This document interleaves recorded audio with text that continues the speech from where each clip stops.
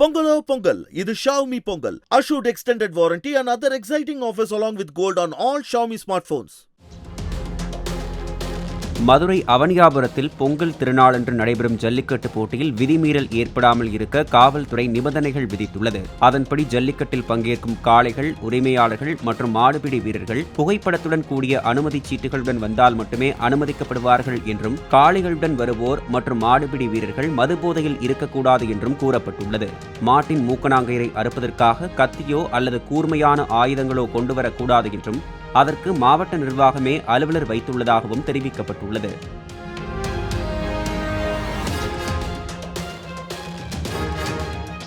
Pongalo Pongal, இது Xiaomi Pongal. Assured extended warranty and other exciting offers along with gold on all Xiaomi smartphones.